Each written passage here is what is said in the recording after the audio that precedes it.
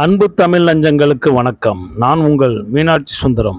இப்பொழுது எழுத்தாளர் விஜிலா தேரிராஜன் அவர்கள் எழுதிய ஐயாம்மா சிறுகதை கதைவனத்தை சப்ஸ்கிரைப் செய்து கொள்ளவும். இப்பொழுது சிறுகதைக்குள் போகலாம். ஐயாம்மா சிறுகதை. ஆபீஸிலிருந்து தங்கியிருந்த அறைக்கு திரும்பிய பொழுது தரையில் கிடந்த கடிதம் கண்ணில் பட்டது. அப்பா எழுதியிருந்தார். அன்பு மகன் குமாருக்கு. உன் அப்பா எழுதி கொள்வது. வீட்டில் யாவரும் நலம்.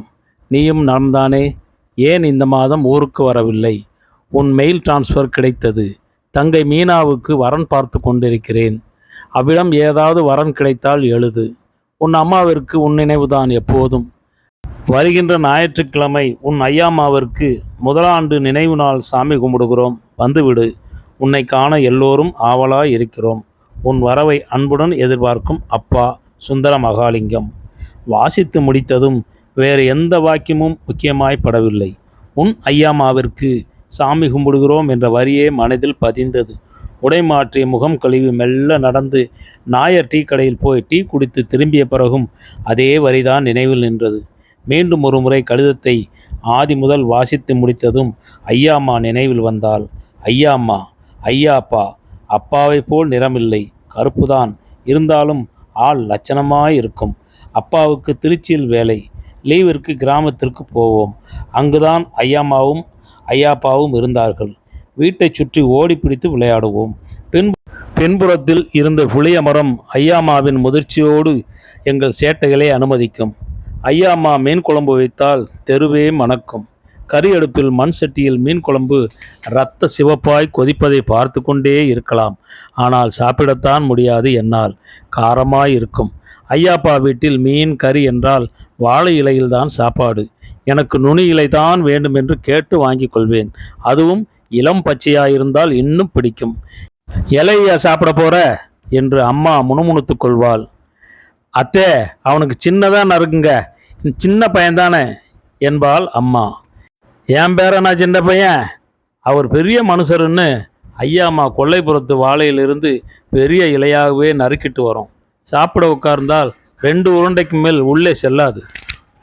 உஸ் உஸ் என்று ஒலி எழுப்புவேன். ஐயாப்பா சிரிப்பார். கண்ணில் நீர் தெரியும்.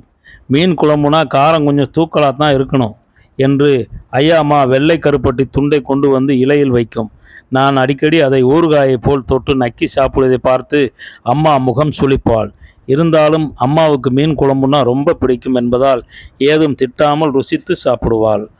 நாங்கள் எல்லோரும் சாப்பிட்ட பிறகுதான் ஐயாம்மா சாப்பிட உட்காரும்.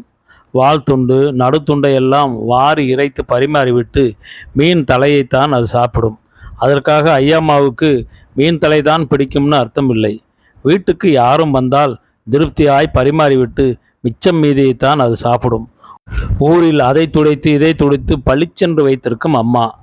ஐயாப்பா வீட்டுக்கு வந்தால் மகாராணி போல் உட்கார்ந்திருப்பாள். ஐயாம்மா உட்கார வைத்து விடும். எல்லா வேலைகளும் தானே செய்யும். கல்லூரலில் ஐயாம்மா மாவாட்டும் அழகே அழகு. ஐயாப்பா இறந்த பிறகு விவசாய நிலத்தை எல்லாம் குத்தகைக்கு அப்பா விட்டார். இடையிடையே ஊருக்கு போய் பணம் கொண்டு வருவார். ஒரு முறை ஊருக்கு போனவர் திரும்பி வரும்போது ஐயாம்மாவையும் கூட்டிட்டு வந்தார். எனக்கு ஏகப்பட்ட சந்தோஷம். கொஞ்ச நாள் அம்மா ஐயாம்மாவிடம் நன்றாக பேசி இருந்தவள் பிறகு எப்போதும் எரிந்து விழ ஆரம்பித்தாள். ஐயாம்மாவுக்கு சும்மா உட்கார பிடிக்காதுதான். எந்த வேலை செய்தாலும் அம்மா ஏதாவது குறை கண்டுபிடித்து திட்டுவாள். ஐயாம்மாவை பார்க்க பாவமாய் இருக்கும். எதுவும் பேசாமல் ஸ்டோர் ரூம் வாசலில் போய் ஒடுங்கி கொள்ளும். ஒரு நாள் அம்மாவும் மீனாவும் பக்கத்து வீட்டு பரிமளா மாமியுடன் சினிமாவுக்கு போயிருந்தார்கள். நான் டியூஷன் போய்விட்டு திரும்பி வந்தபோது அப்பா மீன் வாங்கிட்டு வந்தார். அம்மா, நீ மீன் குழம்பு வச்சு சாப்பிட்டு ரொம்ப நாளாச்சு. நீ தான் இன்னைக்கு குழம்பு வைக்கணும் என்று மீன் பையை ஐயாம்மாவிடம் கொடுத்தார். ஐயாம்மாவும் கழுவி சுத்தப்படுத்தி நறுக்கி குழம்பும் வைத்து விட்டது. சினிமாவுக்கு போய்விட்டு திரும்பிய அம்மாவிடம், அப்பா, இன்றைக்கு நானும் குமாரும் சாப்பாட்டை ஒரு கை பார்த்துட்டோம், நீயும் போய் ஒரு கை பார்த்துரு என்றார். என்ன சொல்றீங்க என்றவாறு சமையல் அறைக்குள் நுழைந்தாள் அம்மா. பின்னாலே நானும் போனேன். ஐயாம்மாவை போல அம்மாவுக்கும் மீன் குழம்பு பிடிக்கும் என்பதால் பாத்திரத்தை திறந்து பார்த்தவள் பூரித்து போவாள் என்று நினைத்தேன். ஆனால் பூகம்பமாய் வெடித்தாள். அப்பாவிடம் போய், எவ்வளோ மீன் வாங்குனீங்க என்றாள். அவர் தயக்கமாய் 1 கிலோ என்றார். என்னது, 1 கிலோவா? யார் மீன் வேணும்னு கேட்டது என்றவள் ஸ்டோர் ரூம் அருகே பார்வையை செலுத்தி குரலையும் உயர்த்தி, ஓஹோ, வயசான பிறகு வாயக்கட்ட தெரியாதா என்று தொடர்ந்து திட்டினாள். ஐயா அம்மா சாப்பிட்டிருக்கவில்லை. அம்மா திட்டும்போது அப்பா சங்கடமாய் நெளிந்தார். எனக்கு சாப்பிட்டதையெல்லாம் வாந்தி எடுத்தால் தேவலை என்று தோன்றியது. அன்று முழுவதும் ஐயா அம்மா சாப்பிடவில்லை. நான் சொன்ன பிறகும் கூட.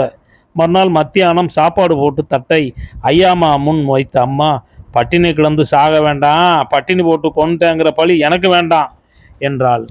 நாட்கள் ஓடின. நான் திருநெல்வேலியில் இன்ஜினியரிங் காலேஜ் ஹாஸ்டலில் தங்கி படித்து கொண்டிருந்த நேரம் ஊருக்கு வரும்போது ஐயாமாவுக்கு என்ன வாங்கி போகலாம் என்று யோசித்தேன். உங்கள் ஐயாமாவுக்கு திருநெல்வேலி அல்வானா போதும், அவளே 1/2 கிலோ திம்பா என்று ஐயாப்பா எப்போவோ சொன்னது ஞாபகத்துக்கு வந்தது. அன்றிலிருந்து ஊருக்கு போகும்போது மறக்காமல் அல்வா வாங்கி செல்வேன். ஒரு முறை ஊருக்கு போன போது ஐயா அம்மா பக்கத்தில் போய் உட்கார்ந்து அல்வா பார்சலை பிரித்து நீட்டினேன். அப்போது காப்பி கொண்டு வந்த அம்மா, இதெல்லாம் எதுக்கு என்றாள். எனக்கு அவள் வெடுக்கென சொன்னது பிடிக்காததால் தலை நிமிர்த்து முறைத்தேன்.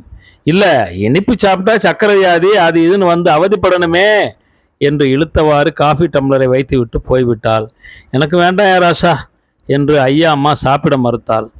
என்ன ஐயாம்மா, உனக்குன்னு ஆசையாக வாங்கிட்டு வந்திருக்கேன், இப்போ நீ சாப்பிடலன்னா தூக்கி எரிஞ்சிருவேன் என்று வலுக்கட்டாயமாய் வாயில் திணித்தேன். மறுமுறை பரீட்சை முடிந்து வீட்டுக்கு வந்த பொழுது ஐயாப்பா ஃபோட்டோ பக்கத்தில் ஐயாம்மா ஃபோட்டோவும் மாலையுடன் தொங்கியது. அதிர்ந்து போனேன். உங்கள் ஐயாம்மா கடைசி வரைக்கும் உன் பேரைத்தான் சொல்லிக்கிட்டே இருந்துச்சு. ஆனால் உனக்கு இது கடைசி வருஷம் எக்ஸாம் நடந்துகிட்டதுனால தகவல் கொடுக்கல என்றாள் அம்மா முகத்தை பார்க்காமலேயே. ஐயாம்மாவுக்காக வாங்கி வந்த அல்வா பார்சலை யாரும் பார்க்காத சமயம் வீட்டின் பின்பக்கம் தூக்கி எறிந்தேன். ஊருக்கு போன மறுநாள் காலை அம்மா புதுப்புடவை எடுத்து காண்பித்தாள். இதுதான் ஐயாம்மாவுக்கு என்றாள். ஐயாம்மாவுக்கா? இந்த புடவையா?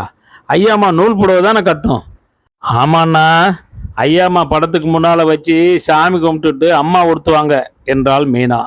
காலையில் வீடு அலசி ஐயா அம்மா ஐயாப்பா படத்துக்கு மாலை போட்டு குத்துவிளக்கு ஏற்றி வைக்கப்பட்டிருந்தது. நண்பர்களை பார்த்து பேசிவிட்டு திரும்பிய பொழுது, அம்மா, நீ வந்துட்டியா, உங்கள் அப்பா எங்கே என்றாள். தெரியாது என்றேன். எல்லாம் எடுத்து ரெடியாக வையே, இப்போ வந்துடுறேன்னு போனவர் காணலை, எங்கே போனாரோ? அம்மா வேர்வையில் தொப்பலாய் நனைந்திருந்தாள். நான் மௌனமாய் ஐயாம்மா படத்துக்கு முன் வைக்கப்பட்டிருந்ததை பார்த்தேன். ஆரஞ்சு, ஆப்பிள், திராட்சை, இனிப்பு வகைகள் 4-5, புது சில்கு புடவை, புது மண் சட்டியில் இரத்த சிவப்பாய் மீன் குழம்பு, பொரித்த கருவாடு, கறி குழம்பு. இப்போ தான் ஞாபகத்துக்கு வருது. அப்பா மூர்த்தி மாமா கிட்ட திருநெல்வேலி அல்வா வாங்கிட்டு வர சொல்லியிருக்கேன்னார்ல, ஒருவேளை அங்கே போயிருக்காரோ என்னவோ. குமார், நீ போய் மூர்த்தி மாமா வீட்டில் அப்பா இருக்காரான்னு பார்த்துட்டு வந்துடுறேன் என்றாள் அம்மா. தெருவில் இறங்கி நடந்தேன். வளைவில் திரும்பும்போது மூர்த்தி மாமா வீட்டிலிருந்து கையில் பார்சலுடன் அப்பா வெளியேறுவது தெரிந்தது. அவர் என்னை பார்க்கவில்லை.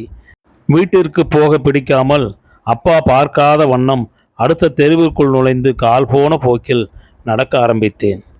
நன்றி, வணக்கம்.